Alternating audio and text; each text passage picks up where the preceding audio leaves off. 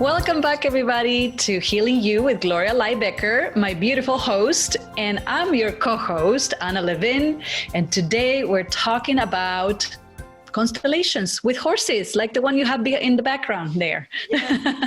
There, here at the Healing You Sanctuary. Is this one of your actual horses? Mm-hmm. Oh my gosh, he's darling. So cute. He's beautiful.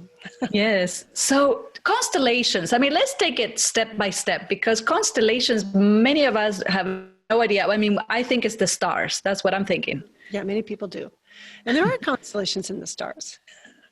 And we can learn from them many things. But Bert Hellinger is the man who pulled many different modalities together and then actually has presented into the healing world family constellations.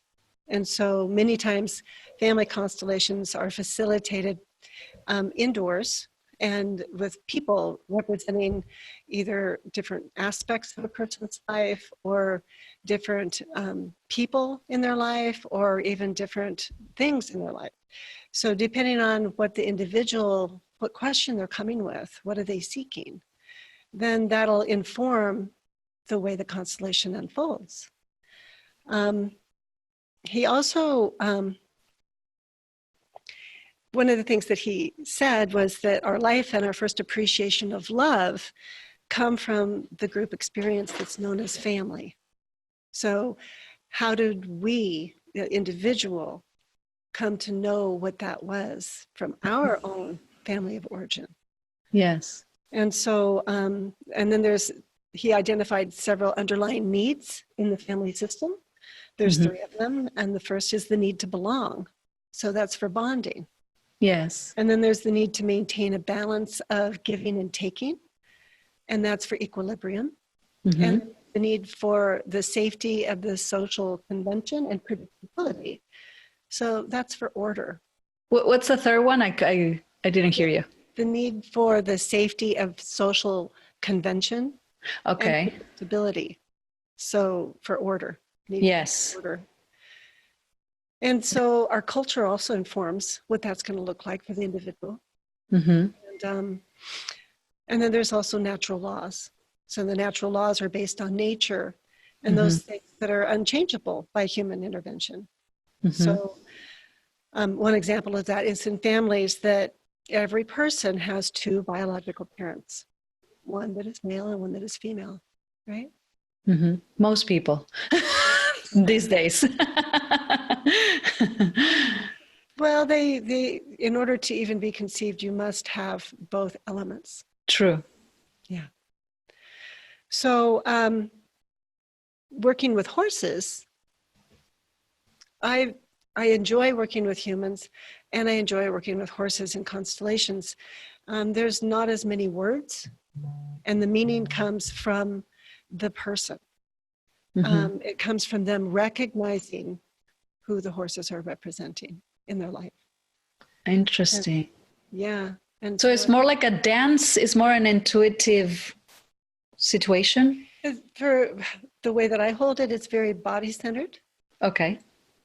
So either the picadero or the sacred circle is the designated place, which is known as the knowing field, which is a representation of your life. And so it's a real sacred place. I call it sacred circles. Yes. And the horses that are there, as the person's outside, I do what's called an interview. So it's an inquiry. And we're doing an inquiry to receive the body's wisdom and also for the person to set their intention for what it is they're seeking. So in many constellations, the person receiving the constellation is known as the seeker. And so the horses, as the person is going through their interview, horses start representing right away because they pick up on the intention of the person. Right. They don't need to hear the story. It's amazing. They're from inside. Yes. And so I'm watching the herd to see what they're representing as we begin. And the horses actually represent then that right hemisphere, right? Of the person, of the seeker. And then the person, with your guidance, then the person starts to figure it out. Okay, so that's that aspect of my mother, for example, Mm-hmm. that I sense in the horse's movement, or is that how it works? It works different for each person. So I've had retreats where people come, and then we have maybe 4 constellations in that day. And you would think it was a completely different herd for each one. Uh-huh. The way that they respond and the movements they make are completely different. The way they engage with humans is completely different. I've never seen a constellation ever be the same. That's fascinating. Yeah. Right. And so the horses are just really feeling, right, the energy of the person, Mm-hmm. and they act accordingly. Yeah. There was an individual that came that had suffered some quite serious neglect. And as they entered the knowing field with the herd, at one point, they were standing in the center. And one particular horse kept coming up and placing them at the horse's shoulder, which is the place of safety. And then another horse would come and move the horse off, but the horse would repeatedly come back and stand right beside this person, putting them in the position of safety. And several times then, the other horses, they would just run around in circles around, just so much movement, just flying through, twirling. And that was actually representing what it was like to be this human that had suffered neglect, that you'd be standing in the center, and they identified that, well, maybe this horse had been representing the person that consistently was showing up in their life to support them. Mm-hmm. But the rest of their life was just whirling and confusing, and how do you make sense of it? Right. And that was so much energy, so much energy. And did the person, like, I'm so intrigued now, like, did the person realize all this in the moment, or like after, in a live event? There will be insights that the person will receive. And then remember, we have our whole body that's receiving all the time, whether we're consciously aware of it or not. Yes. And so the body has a lot of wisdom. And by having the trust to even experience this constellation, the constellation will continue to unfold for the rest of their life. Oh. That experience they have, the energies they have, the bonds they create with the herd stays with them too. Oh. I've had a person that came a year ago. I heard that in her constellation, she had this imagery of what her future was going to be like, and it came to her that she needed to really hold that sacred place for horses. And she was really passionate then about the Mustangs. And then I've heard that she's actually got her first one. Oh my gosh. That the horses always were facing north. And so where she is finding the land for the Mustang, it's north. North. So it's like, and that's been a whole year later, and just recognizing the power of the vision that she was given in the affirmation. Yes. And this is not only a beautiful story, but a beautiful point for people who are listening to, the work of the heart, the emotional work, the mental work. It takes time. And it takes patience and a lot of love and a lot of self-compassion. And sometimes when we go and work with someone like yourself, that's just the beginning. That's just the beginning of healing ourselves, of moving forward, of stepping into the best version of ourselves, of letting go of stories or traumas or blocks, whatever we want to call it, right? So how beautiful that even a year later, this gift of constellation is still with her, right? Yes. Yeah. Yeah, it's the energy, and there's it takes a lot of trust. It does. It requires courage and trust to be willing to step into the field with the horse, and then also to notice what you're receiving in the moment. So it's really about developing one's capacity to live in the present moment, transparently, honestly, authentically, and It's a beautiful thing to witness. Is this something, Gloria, that you do as with groups, or just like if somebody's working one-on-one with you, they can still do a constellation? Absolutely. Okay. Yes. Ongoing. It's just what's needing to be held in the moment is how I work with people. I don't have a script, oh, we're going to do this today and next week we're going to do that.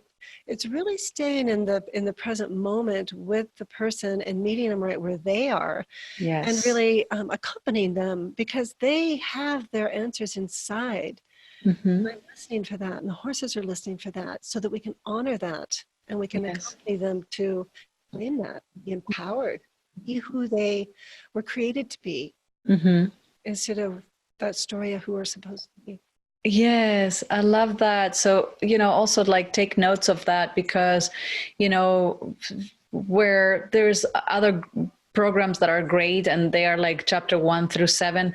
This is not the work that Gloria does, even though she's super knowledgeable and has actually life experience with a lot of these issues that now she helps people with, which is a plus, right? Because we want to go to somebody that is not only going to understand me, but she can feel me.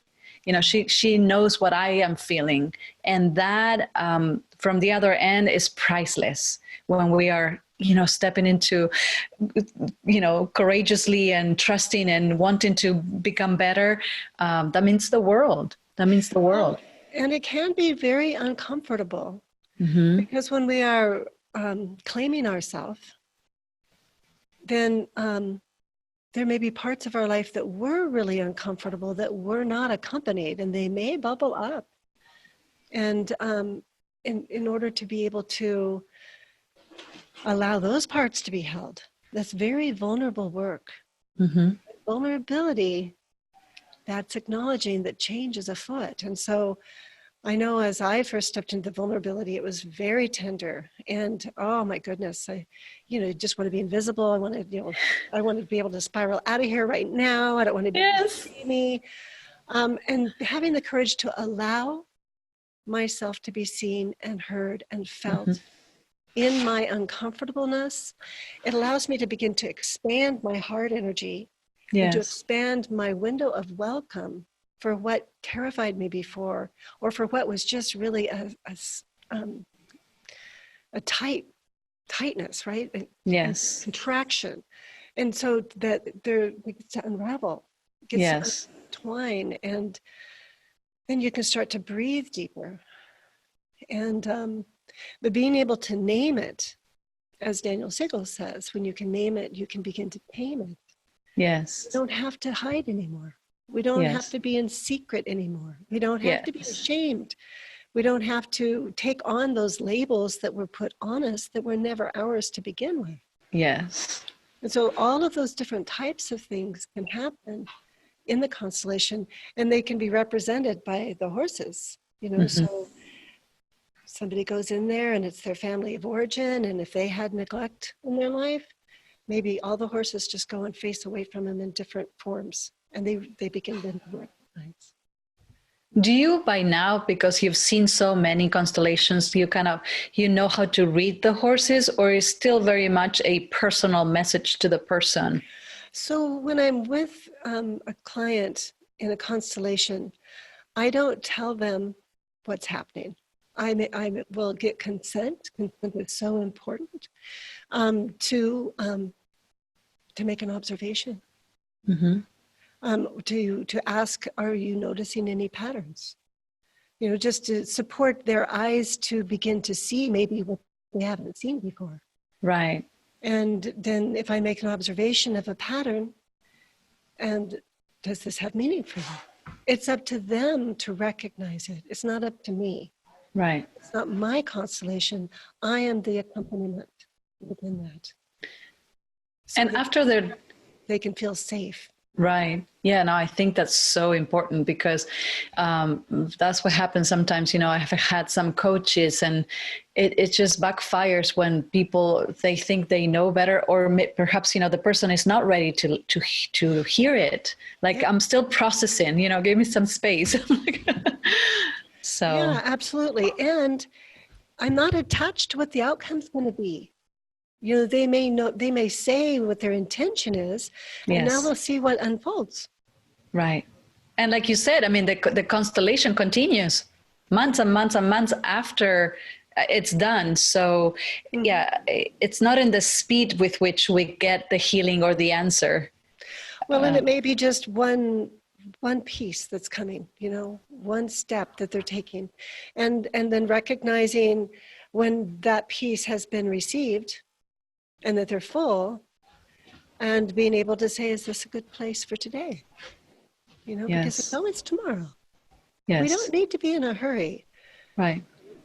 So, and so after the constellation, they still talk to you, right? Like they still have another session or? Later on, yes. So if we're in a program, it's really nice to take time just to be with what it is. Well, yes. I have a form that has different questions about what they noticed in their body, what kind of imagery did they receive, or what did the horse represent, that they can sit down while it's really fresh and they can just write a few notes down. Yes. And to journal, just go sit and be in nature and to allow themselves to sit and be with it. Yes, I think that's so important. Yeah, because anything that is emotional, don't you agree that, and please disagree if you want to, but anything that is emotional, I find myself like sometimes I don't even remember because, you know, like it's so heightened and it's almost like it takes me out of myself. Remember the brain in the palm of the hand. If we get that heightened, if our sympathetic nervous system is activated, we lose our middle prefrontal cortex. So then it's not date stamped. In order to be date stamped, that's why I want to grow my window of welcome, to be with the emotions that I didn't ever want to be around. Right. I avoided them, tried to push them down, and it just made them get bigger. But when I can actually have compassion for my experience and compassion for others, and there is no shame and there is no blame, something new begins to grow inside. That's like a bud that comes up and can begin to flower. Yes. And it has its own timing as well. So it's really important to follow the rhythm of what's emerging. Yes, that's fascinating. Not so much the words. No. It's more of the nonverbal. Yeah, it's the nonverbal, but it's also the accompaniment. Is that the word? Did I say it correctly? Yeah. Of being able to be in your company and knowing that we're not alone. I think that's at the core of who we are as human beings, right? Well, because then we experience that we make sense. Mm-hmm. Yeah. Yes, and it's like having you say it's okay, you're okay, whatever you're feeling, you're okay. Yeah, and I'm really cautious about giving reassurance because it's not the same as resonance. Resonance is feeling with, being with, and it's a felt experience. And it's saying maybe, well, no wonder you feel this way. You know, because that's been missing, and for most of us, we thought that there was something wrong with us. That was our fault, or all those things.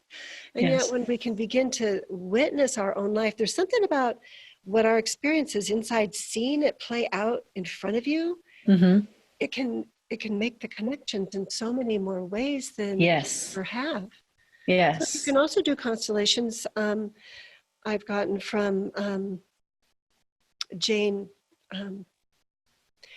who was an amazing trainer that I worked with, and she made these little discs. They're called relationships, and they have a little nose and little ears and little circles that are different colors, and you can write names on them, or you can write aspects, and they can play out on a tape recorder.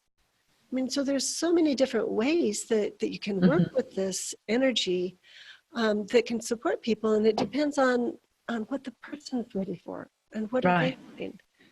They even have one that you can do online, and I could share my screen, and then the person can see where things are, and we move them around, and they notice what happens in their body, and it's very rich. So there's no right or wrong way. There's no better way. There's just lots of options, and it's up to the individual to recognize their path. So do you do constellations also remotely with people through Zoom? Oh, definitely. Yeah. Oh, good. So it doesn't have to be always in person with the horse. So that's good. Yeah. Yeah, most everything that I provide, I can provide it at a distance as well as in person. Yes. And yeah, and I love that. I love that about you because, you know, it makes us feel special when we come vulnerably to ask for help. Hey, I have this emotional wound. Can you please help me? You know, we don't want to feel like, you know, we want to feel like somebody's going to listen to us and give us exactly what we need and hold this space for us to heal. So thank you. Thank you for being you. Yeah, well, and each person is so very special. And different, like you say, I mean, different. Yeah. And precious. Yes, yes, Yeah. yes. Oh, I love it. I love it. Well, if people want to, I know that you offer like a 30-minute consultation. So I'm sure people are going to have questions about this and they're going to start thinking, okay, how does this apply to me? And, you know, how do they reach out and take advantage of this free 30-minute consultation with you? Well, they can go online to www.healingyouShow.com and they'll find a contact page where they can look at my calendar and schedule themselves a little block of time. I'd love to get Yes. to meet them. Yes, just talk to Gloria. You don't have to, you know, like sign for anything. Just talk to her. The first step is it's valuable. You know, we don't know what we don't know. So just see how you feel, reach out, take advantage of this beautiful heart that is in front of me. And I'm so excited for today's conversation, Gloria. Thank you so much for shedding light on not only constellations, but also the beautiful work you do with horses and remotely as well. Yeah, well, as always, I love the conversations we get to share. Yes. Okay. Well, until next time, many blessings and take care. Blessings to you too.